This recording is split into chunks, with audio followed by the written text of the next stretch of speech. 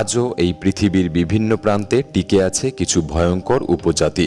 এটা বিশ্বাস করা কঠিন হলেও এদের অনেকেই এখনও মানুষের কাটা মুন্ডু সংগ্রহ করে, যাদের বলা হয় হেড হান্টার। এই আদিম গোষ্ঠীগুলি মানবজাতির বৈচিত্র্যেরই একটি অংশ, কিন্তু সত্যি কথা বলতে এদের কাছাকাছি যাওয়া মানেই জীবনের ঝুঁকি।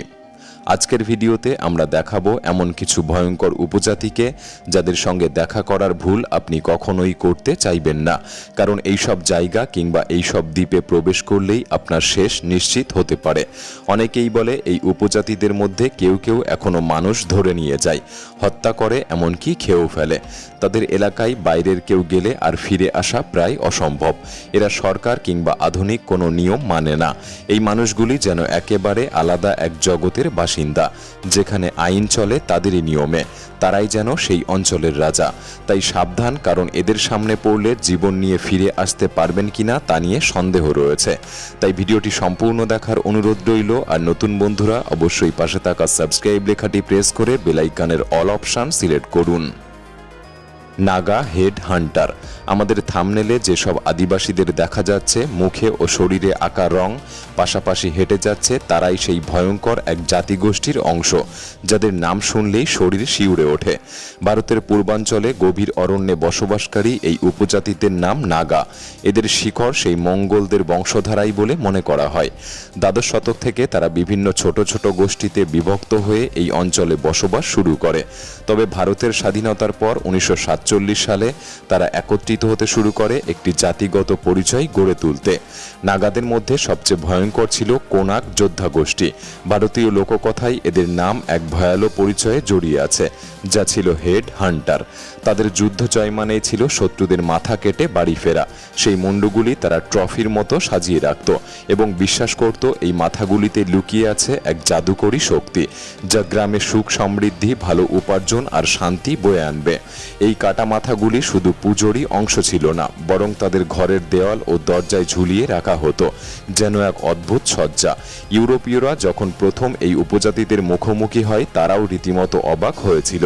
কেউ কেউ বলেছিলেন নাগা সমাজের প্রতিটি পুরুষের দায়িত্ব ছিল অন্তত একটি শত্রুর মাথা কেটে আনা, না পারলে তাকে কাপুরুষ বলা হতো। তবে 19বিংশ শতকের শেষভাগে খ্রিস্টান মিশনারিরা এই অঞ্চলে আসার পর ধীরে ধীরে এই বর্বর রীতি দুর্বল হতে থাকে। ব্রিটিশরা নাগাদের দমন করে, উপজাতিদের মধ্যে যুদ্ধ কমে যায় এবং হেড হান্টিংয়ের মতো কাজগুলি ধীরে ধীরে কম হতে থাকে। 1935 সালে ব্রিটিশ সরকার এই রীতি নিষিদ্ধ করেছিল এবং স্বাধীন ভারতের সরকার 1960 সালে এটিকে চূড়ান্তভাবে বন্ধ ঘোষণা করে। তবুও পাহাড়ি দুর্গম এলাকাগুলিতে এই রীতির শেষ চিহ্নগুলি টিকেছিল আরও কিছু বছর ধরে। বর্তমানে 2010 সালের দিকে শেষ প্রজন্মের নাগা হেড হান্টারদের মৃত্যুর সঙ্গে সঙ্গে হারিয়ে গিয়েছে এই অদ্ভুত বিভীষিকাময় নাগাদের অধ্যায়। অ্যাসমাত উপজাতি। নিউগিনির এক বিস্তীর্ণ জলাভূমিতে পাপুয়া প্রদেশের দক্ষিণ উপকূলে হাজার হাজার বছর ধরে বাস করে আসছে এক রহস্যময় উপজাতি অ্যাসমাত। প্রায় 25,000 বর্গ কিলোমিটার জুড়ে ছড়িয়ে থাকা ম্যানগ্রোভ অরণ্যে গড়ে উঠেছে তাদের শত শত গ্রাম, যেখানে কোনো গ্রামে 35 জন, আবার কোনোটিতে 2000 মানুষও থাকতে পারে। এই গোষ্ঠীর মানুষেরা বিশ্বাস করে তাদের সৃষ্টি কাঠ থেকে, তাই কাঠ তাদের কাছে অত্যন্ত পবিত্র।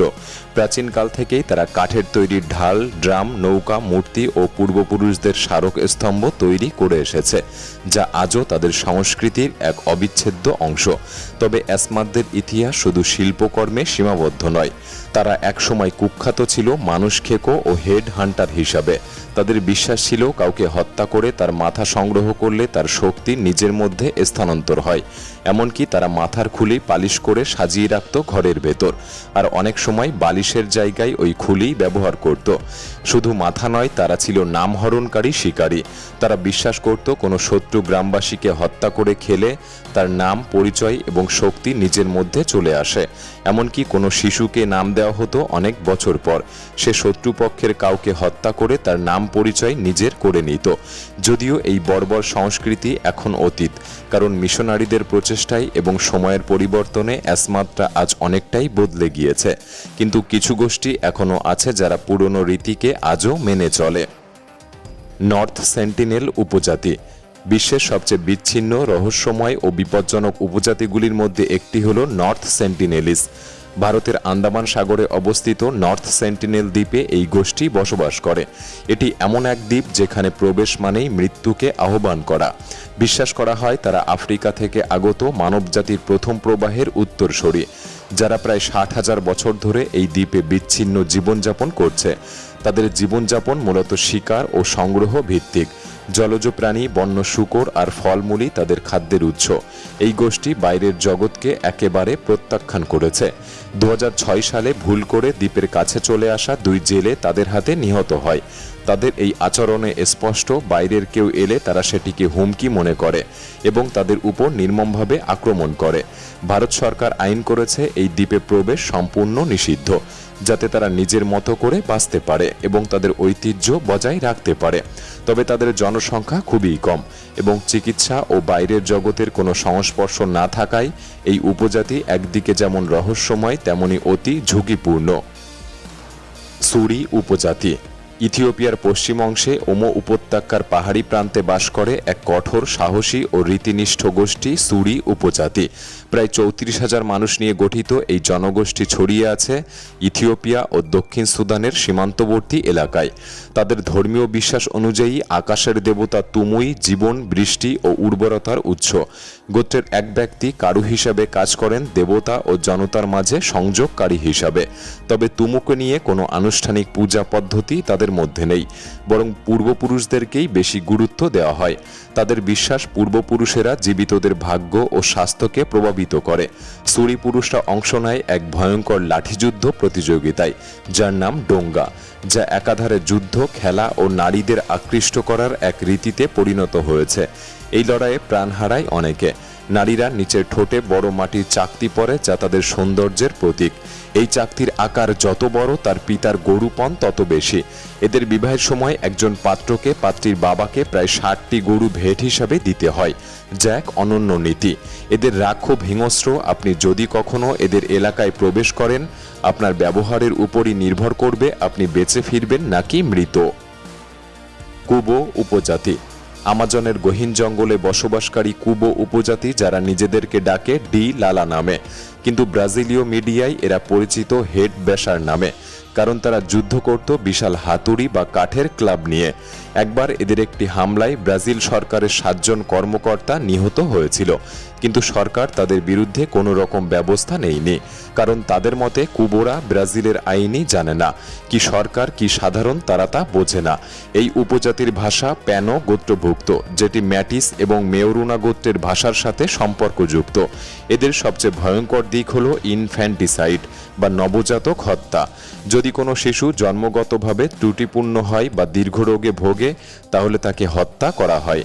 একজন মা ম্যালেরিয়া আক্রান্ত মেয়েকে নিজেই হত্যা করে, এর কারণ এই অসুখ ছড়িয়ে পড়তে পারে। তাদের শিকারের প্রধান অস্ত্র ব্লোগান, যা হলো ফু দিয়ে চালনা করা একটি বন্দুক।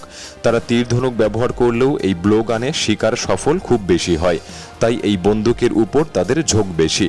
একটি নলাকার দণ্ডের মাঝে বিষাক্ত ফলাকে রেখে তারা খুব জোরে ফু দিয়ে শিকারের উপর নিক্ষেপ করে এবং এই অস্ত্রকেই বলা হয় ব্লোগান, যা তাদের প্রধান অস্ত্র।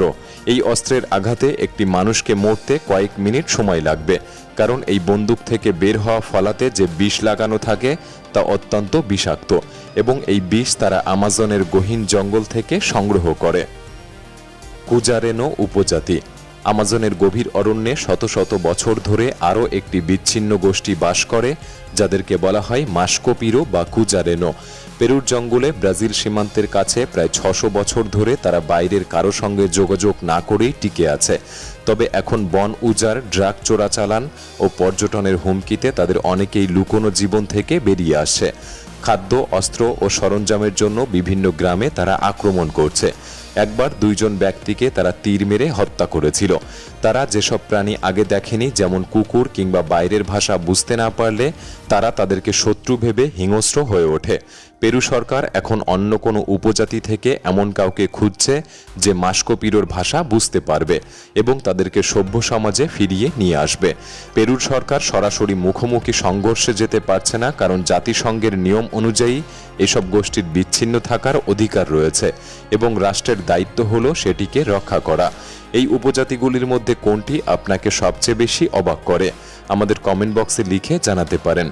আজকের এই ভিডিওটি ভালো লাগলে একটি লাইক করতে পারেন, চ্যানেলটি সাবস্ক্রাইব করে রাখতে পারেন। তাহলে দেখা হচ্ছে পরবর্তী নতুন একটি এপিসোডে। ধন্যবাদ।